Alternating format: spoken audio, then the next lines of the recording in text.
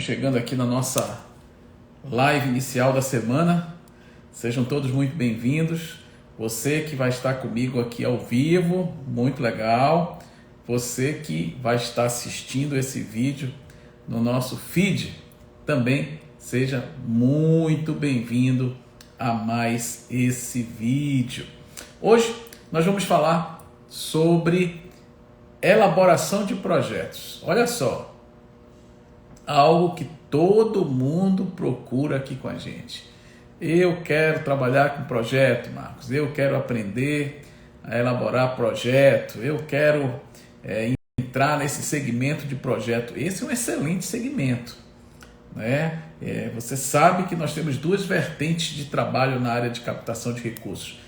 A primeira é na área de capital de giro, que não precisa de projeto. E a outra área, outro segmento é a área de investimento, que aí tem o projeto, que é justamente sobre isso que nós vamos começar a falar hoje, né? Queria aí saudar vocês que estão chegando, Rafael, Mariana. Então, olha só, deixa eu falar uma coisa para vocês. Antes da gente iniciar, preciso dar um aviso, principalmente para você que está vendo esse vídeo aí no nosso perfil do Instagram. Está chegando um evento muito especial chamado Semana do Consultor de Elite. Nesse evento, nós vamos estar ensinando em 4 aulas como você pode faturar acima de R$20 mil nessa área de captação de recursos. Então você que já me segue, me acompanha, que qualquer hora, logo, nós vamos estar disponibilizando um link para inscrição para esse evento. Esse evento ele é 100% gratuito e 100% online. Então você vai poder assistir de qualquer lugar do Brasil. Beleza? Então vamos começar. Vamos falar sobre 5 erros que você não pode cometer ao trabalhar com projetos, ok? Beto, seja muito bem-vindo. Esses 5 erros, eles são cruciais para fazer com que você não receba os seus honorários. Exatamente isso. Todo mundo sonha em trabalhar com projeto. Projeto é a cereja do bolo? Lógico que é. Porém, precisa de ter aí algumas atenções. E são essas atenções que às vezes as pessoas não têm, tá? Primeiro erro, documentação da garantia incompleta. Toda operação de investimento ela precisa de uma garantia que é na proporção de 130%. Se você vai fazer uma operação de investimento de R$1 milhão, por exemplo, você precisa de uma garantia de 1.300.000. Esse valor de 1.300.000, ele vai ser apresentado ao banco através de uma avaliação feita por um engenheiro credenciado no banco que você estiver apresentando aí o seu projeto, ok? Então esse já é aí um custo que a gente vai falar mais na frente, mas é um dos custos pré-operacionais que o seu cliente vai ter, que é justamente a contratação desse engenheiro para fazer a avaliação do imóvel. Porém, não é somente a avaliação. Eu já tive vários casos aqui, tive um caso inclusive, esse eu não esqueço, de uma rede de supermercados, que nessa época ainda estava nos bairros, hoje já está bastante grande, e eu fui levar um gerente para visitar a empresa. De vez em quando a gente faz isso, a visita gerencial, e o cliente mostrou 3 imóveis que seriam as garantias da operação. Era uma operação de giro, se eu não me engano, R$2 milhões, e para lastrear essa operação, ele apresentou as garantias. Como ele apresentou as garantias na visita, olha só como é que as coisas acontecem, tá? Como ele apresentou a garantia na visita gerencial, eu não me preocupei em pedir a garantia. Por quê? Porque ele já tinha apresentado para o gerente. E olha só o que aconteceu. Nós fizemos essa operação, a operação foi aprovada. Isso é uma operação de giro, não teve projeto. Quando eu fui solicitar garantia, adivinha? O homem não tinha garantia. A garantia que ele tinha apresentado para o gerente ainda estava toda enrolada na documentação, uma inclusive só tinha um contrato de compra e venda. E aí, desde esse dia, eu passei a ter um cuidado especial. Hoje, e aí eu compartilho essa dica com você, para você aceitar a contratação de um projeto, você tem que pedir a documentação da garantia logo no começo. Que documentação é essa? Se você quiser anotar, você já pode. Primeiro, registro do imóvel. Segundo, escritura do imóvel, avaliação do imóvel, ART desta avaliação e as 3 certidões cartoriais, que é a ônus, a vintenária e repercutória, e inteiro teor, desculpa, e a certidão do IPTU, se o imóvel for urbano, e ou a questão do ITR, se o imóvel for rural. Então, esses 5 itens que eu acabei de falar para vocês, você precisa pedir inicialmente, para não acontecer esse mesmo erro que aconteceu com o Marcos, nessa operação de giro, que o cliente apresentou a garantia, o gerente inclusive viu, conheceu a garantia, e na hora de me apresentar os documentos que eu não tive o cuidado de pedir logo no começo, ele não tinha. Sabe qual foi o resultado dessa operação? Ela não foi contratada, ok? E o cliente ainda ficou chateado comigo. E com razão, eu poderia ter muito bem avisado que é esse erro que a gente não comete mais. Então olha só o que eu estou te trazendo. Estou te trazendo um erro para você não cometer aí. É muito melhor você aprender com os erros dos outros. Você já deve ter ouvido isso, né? Segundo erro que você não pode cometer: esquecer de alertar sobre a contrapartida do teu cliente. E aí de repente você pode estar pensando: Marcos, o que diabo é contrapartida? Veja, toda vez que você vai entrar com um pleito de investimento no banco, você precisa solicitar a carta de participação do banco. O que seria isso? Seria justamente o montante daquela operação que vai ser financiada pelo banco, tá? Hoje você não vai conseguir mais financiar 100%. Não existe isso. Então, a participação do banco ela vai variar de 60% a talvez 90%, se o cliente for muito bom e tiver ainda no enquadramento de pequeno cliente, micro pequeno cliente, você vai conseguir aí 90%. Quanto maior, menor a participação. E essa carta quer dizer o seguinte, vou dar um exemplo aqui. Por exemplo, vamos imaginar que a Marina, que está aqui conosco, vai entrar com um projeto de R$1 milhão, onde a contrapartida é 20%. Então, olha só, de uma operação de R$1 milhão, o banco vai pagar 80%, que daria quanto? R$800 mil, e o restante fica por conta do teu cliente. Só que existe um detalhe aí que muitas vezes passa despercebido pela gente e gera problema lá na frente, que o cliente vai dar aquela frasezinha conhecida que não foi avisado. Então, no momento que você pega a carta de participação do banco, onde vai estar lá arbitrado um valor da participação do banco e a contrapartida do cliente, você tem que fazer ciência a quem está te contratando. Como é que a gente faz isso?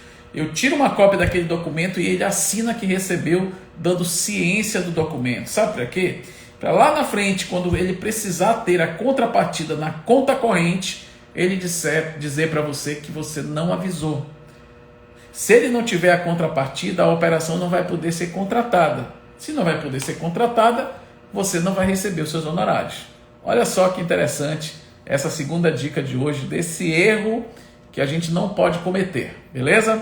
Então, primeiro foi documentação da garantia incompleta e o segundo, falta da contrapartida na conta corrente. Só para deixar claro, nessa operação que eu dei exemplo para a Marina, R$1 milhão, 800 mil, o banco está pagando, 200 mil ele vai debitar da conta do cliente. Se não tiver o dinheiro, ele não vai pagar e a operação não vai ser não vai fluir, você não vai receber. Essa é o resumo de tudo. Terceiro ponto, se o teu projeto tiver obra civil, aí começam os problemas. Por quê? Porque agora nós temos dois tipos de análise. Nós temos a análise econômica e nós temos a análise da parte de engenharia. Como é que a gente faz? E aí eu estou compartilhando com você. Como é que você faz para não ter problema nesse item? Você, no momento que você estiver sendo contratado, você pede uma reunião com a pessoa que vai realizar a obra. E aí nessa reunião você já explica quais são os formatos dos documentos que o banco aceita e principalmente sobre a planilha do código SINAP. Grava esse nome, SINAP. O que seria isso, Marcos? O SINAP é aquele preço referencial de mercado.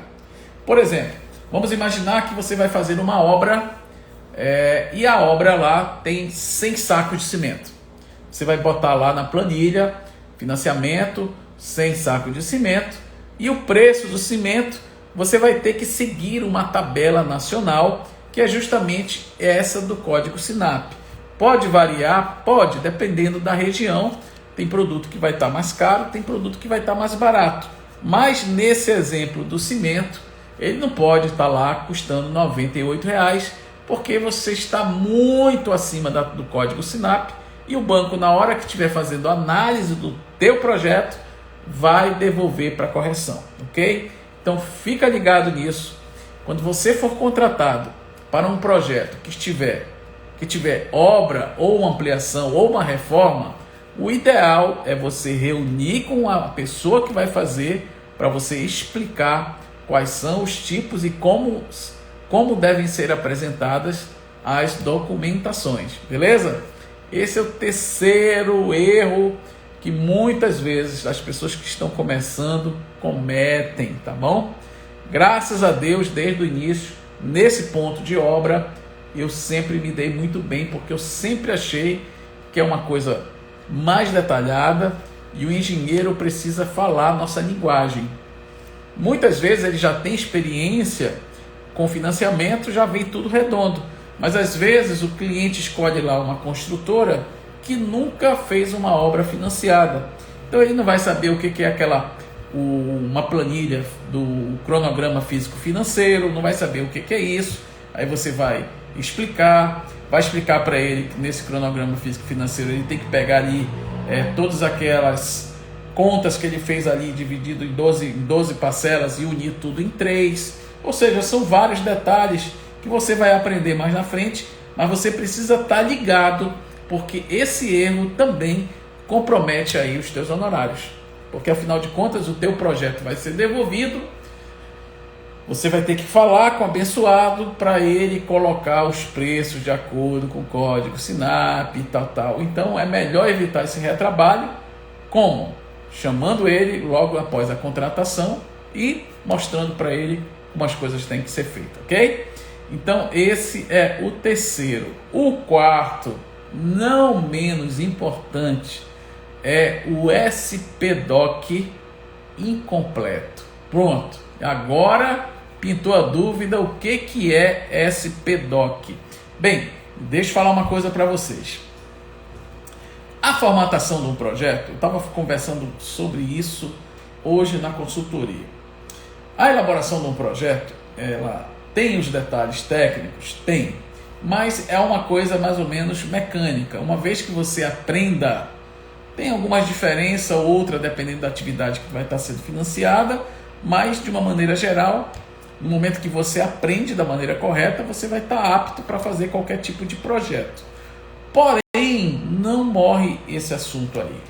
Para você internar um projeto, apresentar, a gente chama de internalizar, mas para você apresentar um projeto dentro de um agente financeiro, ele precisa estar acompanhado de um SPDoc. O que seria o SPDoc? É um sistema onde você vai anexar todas as documentações que devem acompanhar um projeto de viabilidade. E aí começam os problemas. Sabe por quê? Porque muitas, às vezes, algumas documentações não dependem do próprio cliente. Vou dar um exemplo aqui. Documentação ambiental, está lá no checklist, solicitando ali a licença de operação para aquela atividade do teu cliente. E se ele não tiver isso, se você deixar para pedir o SPDoc quando o projeto estiver pronto, aí você arranjou um problema para você. Sabe por quê? Porque esses tipos de documentos dependem de um órgão terceiro. Por exemplo, nesse caso aqui, que eu estou falando de uma licença de operação da atividade que é no órgão ambiental, aqui em Manaus, por exemplo, é no IPAAM. Se o cliente já não tiver isso em mãos, esquece que tu vai passar bons meses até obter essa licença. Quando você obter, o preço que você colocou no projeto já subiu, o balancete já está desatualizado, ou seja, tu vai ter que refazer o teu projeto todo. Tu já pensou nisso? Quantas horas técnicas foram ali para o lixo? E de vez em quando acontece isso aqui, tá? Aqui que eu falo na consultoria. Para evitar isso, toda vez que entra um projeto, eu chamo a pessoa responsável e já falo, tá entrando esse projeto aqui, eu preciso que você antecipe o SPDoc, ok? O que seria antecipar o SPDoc? É já pedir do cliente todo o checklist que compõe o SPDoc, para a gente não ter surpresa lá na frente de não ter. Vou dar um exemplo prático para você que nos acompanha aqui nas nossas lives de todas as terças e quintas. Você já deve saber que eu sempre trago aqui exemplos reais, tá? Não tem nada aqui de Dr. Google, não. Tudo que a gente fala aqui é aquilo que a gente pratica, que é para você aprender da maneira correta. Então, nós entramos num projeto aqui que envolve reciclagem de madeira. E eu juro para vocês que nesses anos todos de consultoria, eu nunca tinha pego um projeto desse específico. Olha, eu até falei para o próprio cliente, quando pintar outro desse mesmo segmento seu, eu vou pensar 2 vezes se a gente vai pegar esse projeto ou não.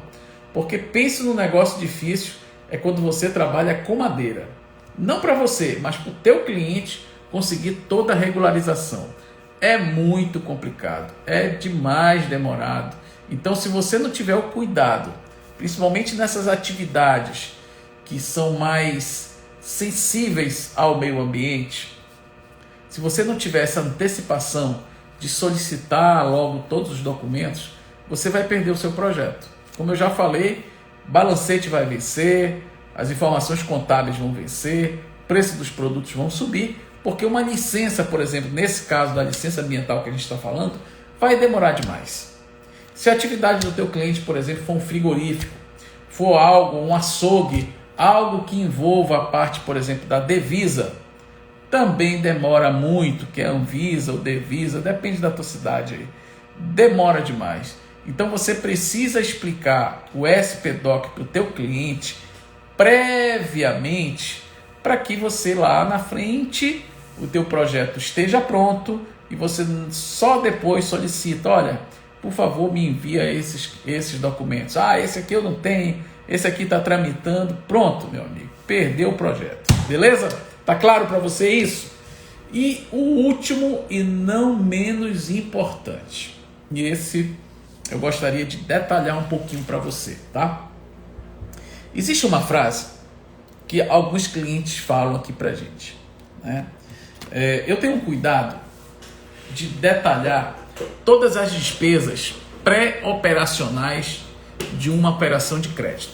O que seria as despesas pré-operacionais? Seriam aquelas despesas que acontecem antes da aprovação.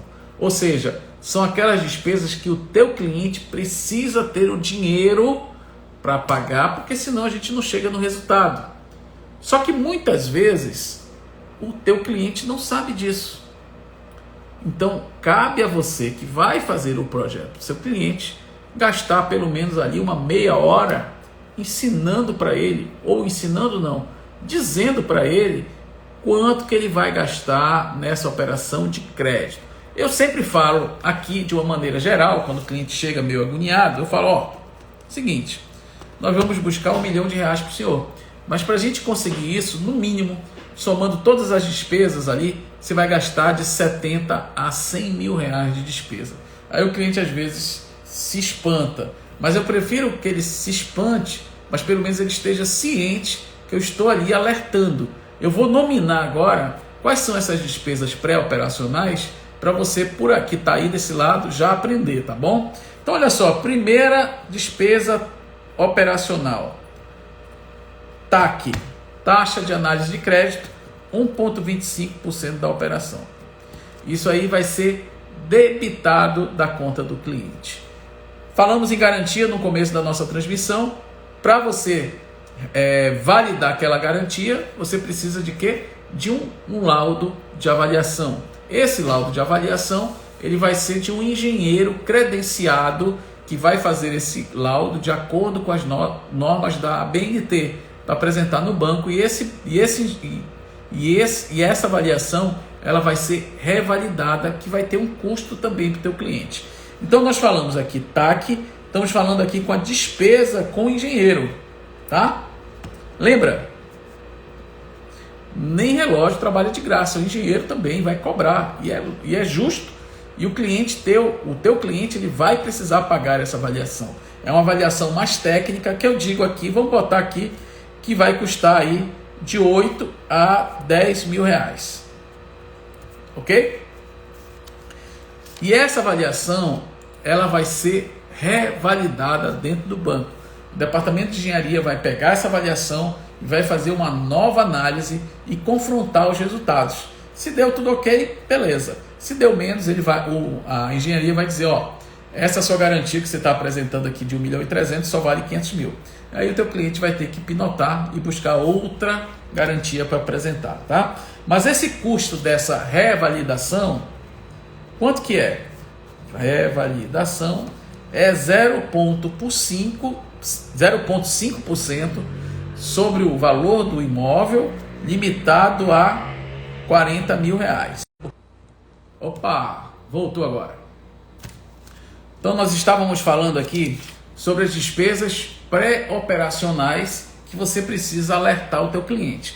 Falamos sobre a TAC 1,25, falamos sobre as despesas de avaliação, que varia em torno de 8 a 10 mil reais, dependendo, lógico, do tamanho do imóvel. Tem avaliação que custa mais, tá bom? Depende muito do tamanho do imóvel, do valor da operação, lógico. Revalidação 0,5%, limitada a 40 mil reais. Que mais, Marcos, nós temos de despesa?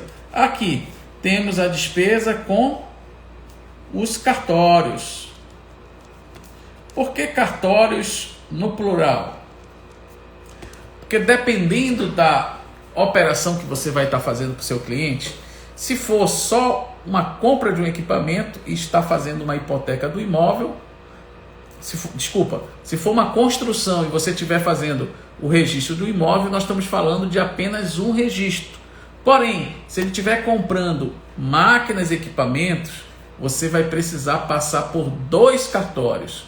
Um cartório de onde está o imóvel, né, o cartório lá civil, e o cartório de máquinas e equipamentos, que aqui chama-se FTD. Então são 2 cartórios que, dependendo da operação, vamos imaginar RTC, desculpa. Dependendo da operação, vamos imaginar que você esteja fazendo uma operação de R$1 milhão. E a garantia custa ali, foi avaliada em 1.300.000. Cada taxa de cartório, nós estamos falando de 14.600 e pouquinhos reais, ok? Então, olha só, só nos cartórios nós estamos falando de R$29.200. Por isso que eu digo, dependendo do tamanho da operação, o teu cliente ele vai gastar de 70 a 100 mil reais. E aí os clientes às vezes chegam aqui, poxa, se eu não tivesse precisando de dinheiro, eu não ia atrás do banco. Beleza, a gente entende, perfeitamente quando o cliente fala isso, né? Isso é natural. Porém, você precisa deixar o teu cliente ciente de todos esses custos pré-operacionais. Esse pré-operacional que eu estou me referindo é desembolso, ele vai pagar antes de ter a operação aprovada, ok? Então, isso é importante, você deixar ele bem claro, porque se faltar dinheiro para isso, a operação não anda. Se não anda, você não recebe. Olha só que barato, né? É uma coisa que é automático. Se a operação não andar, como é que você vai receber? Principalmente se você deixar para receber no sucesso. E aí vem aquela velha frase que eu sempre falo em várias lives, para você que me acompanha, você já sabe. Não trabalhe de graça. Essa parada, esse negócio de trabalhar buscando recurso para o teu cliente, ela tem uma série de trabalhos. Então você precisa receber algo no começo. É natural. Então não tenha pena de cobrar.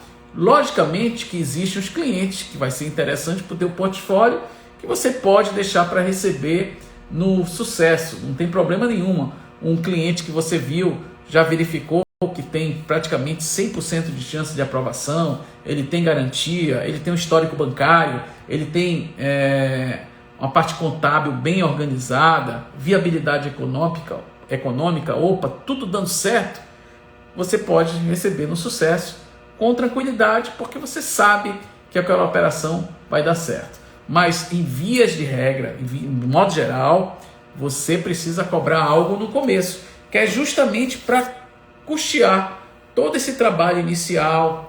Aqui, por exemplo,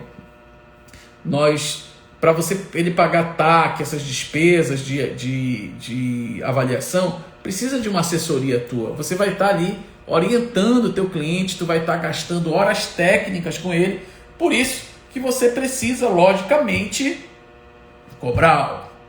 Bem, dito isso, nós fechamos os nossos assuntos de hoje.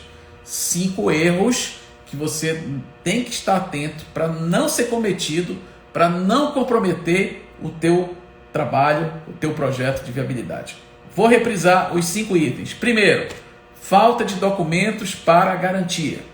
Segundo, ausência de contrapartida disponível no momento da contratação da operação.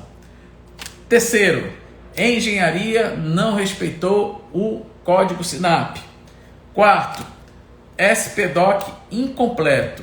E o quinto, falta de dinheiro para pagar as despesas pré-operacionais. Então, fechamos aqui os 5 principais problemas que geralmente acontecem no momento que você está ali eufórico para fazer o seu primeiro projeto, o seu primeiro trabalho.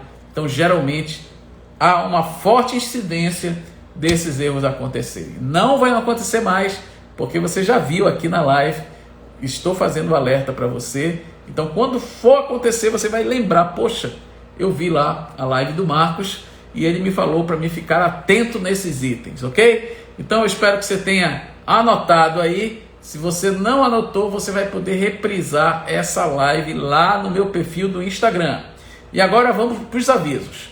Queria agradecer você que me acompanhou nesse vídeo. Lembrando que eu estou também lá no TikTok. Você pode ir lá dar uma olhadinha, já me adiciona lá. Estou também lá no canal do YouTube e, logicamente, no velho e conhecido Facebook. Nosso evento está chegando, Semana do Consultor de Elite. Você que quer ganhar mais de 20 mil reais por mês, e não é difícil, tá bom? Já se inscreve.